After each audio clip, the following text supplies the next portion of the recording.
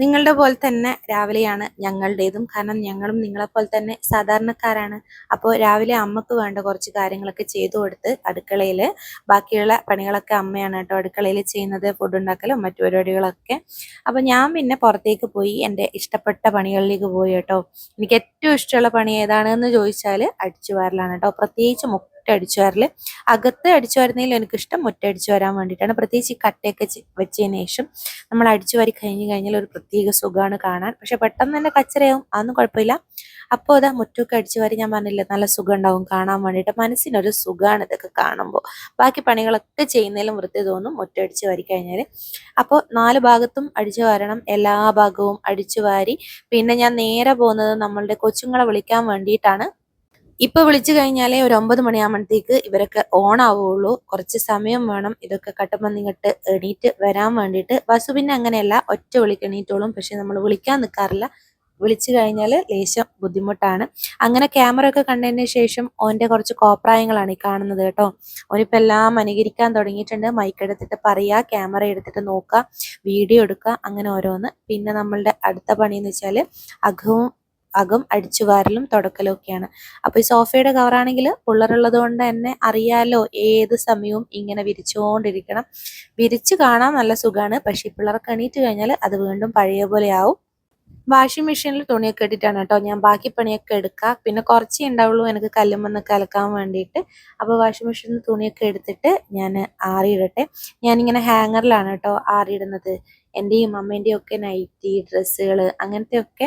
പക്ഷെ എനിക്കിത് കാണുമ്പോൾ ശരിക്കും ചിരി വരും കേട്ടോ. കാരണം ഞാനും അമ്മയ്ക്ക് ഇങ്ങനെ തൂങ്ങിക്കിടക്കുന്നത് പോലെ തോന്നില്ലേ നിങ്ങൾക്ക്? പക്ഷേ സ്ഥലം ലാഭിക്കാൻ ഇതാണ് നല്ലത്. എനിക്കിഷ്ടമാണ് കേട്ടോ ഹാങ്ങറിൽ എല്ലാ ഡ്രസ്സുകൾ ഇടുന്നത്. പിന്നെ എനിക്കൊരിക്കലും ഇല്ലാത്തൊരു നല്ല ശീലമുണ്ട്, സാധാരണ ഇല്ലാത്തൊരു നല്ല ശീലം ഇന്നുണ്ടായിരുന്നു. കാരണം എന്താണെന്ന് വെച്ചാൽ ഇന്ന് ഞാൻ ചെരുപ്പൊക്കെ തേച്ച് കഴുകി വെച്ചിട്ടുണ്ട്. കാരണം ആകെ ഒരു ചെരുപ്പേ ഉള്ളൂ, അത് നല്ല രീതിയിൽ കച്ചറയായിട്ടുണ്ട്. അതൊന്ന് കഴുകി വെക്കാമെന്ന് വെച്ചിട്ട് അതും കഴുകി വെച്ച് നേരെ പോയി തുടക്കാൻ വേണ്ടിയിട്ട്. ഈ ഒരു മോപ്പ് ഉണ്ടല്ലോ, നമ്മൾ കുഞ്ഞ് പിഴിയണ്ടാലോ വേറെ എന്തോ രീതിയിൽ പിഴിയാന്ന് പറഞ്ഞിട്ട് വാങ്ങിച്ചു കൊണ്ടുവന്നതാണ് കേട്ടോ. പക്ഷേ ഇതെനിക്ക് എട്ടിൻ്റെ പണി തന്നു. ഇത് പിഴിയാൻ ഞാൻ കുഞ്ഞന്നെ പിഴിയണം. മറ്റു രീതിയിൽ പിഴിഞ്ഞു കഴിഞ്ഞാൽ തീരെ വെള്ളം പോകാത്ത പോലെ ഉണ്ട്. അങ്ങനെ എല്ലാ റൂമും തുടച്ച് രാവിലെ തന്നെ ഇപ്പോൾ തുടക്കൽ കഴിക്കും കേട്ടോ. കാരണം വൈകുന്നേരം ആകുമ്പോൾ കുറേ പണി എന്തൊക്കെയോ വരുന്നത് പോലെ. അതുകൊണ്ട് രാവിലെ തന്നെ ഈ തിരക്കിനുള്ളിൽ തുടച്ച് കഴിഞ്ഞാൽ ആ പണി അവിടെ കഴിഞ്ഞ്. പിന്നെ ഡെയിലി തുടക്കാറുണ്ട്. ഏതെങ്കിലും ഒന്ന് എടുക്കങ്ങാൻ വിട്ടുപോയാലായി. അല്ലാണ്ട് ഡെയിലി ആ ഒരു റൂട്ടീൻ നടക്കാറുണ്ട് കേട്ടോ.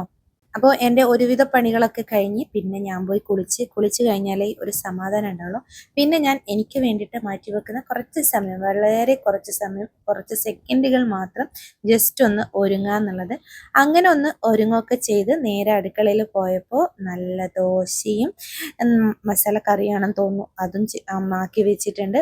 അപ്പോൾ ഞങ്ങളെല്ലാവരും ഇരുന്നിട്ടാണ് കേട്ടോ ഫുഡൊക്കെ കഴിക്കുക. അത് എപ്പോഴും അങ്ങനെ തന്നെയാണ്. രാത്രിയിലായിക്കോട്ടെ ഉച്ചക്കായിക്കോട്ടെ ഇവിടെയുള്ള എല്ലാവരും ഒരുമിച്ചിരുന്നിട്ടാണ് ഫുഡ് കഴിക്കാം.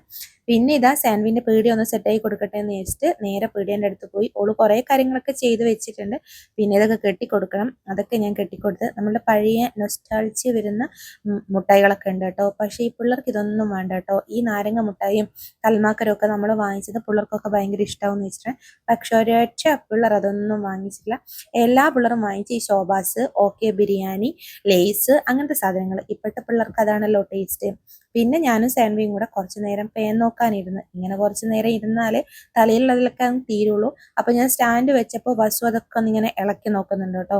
പിന്നെ അവനവിടെ വെച്ച് പിന്നെ ഞാനും അവനും കുറച്ച് വീഡിയോ ഒക്കെ എടുത്ത്. അപ്പോൾ രാവിലത്തെ കുറച്ച് വിശേഷങ്ങളാണ് കേട്ടോ നിങ്ങൾക്ക് കാണിച്ചു തന്നത്. ചാനൽ സബ്സ്ക്രൈബ് ചെയ്യാൻ മറക്കല്ലേ. അപ്പോൾ ശരി, ബൈ.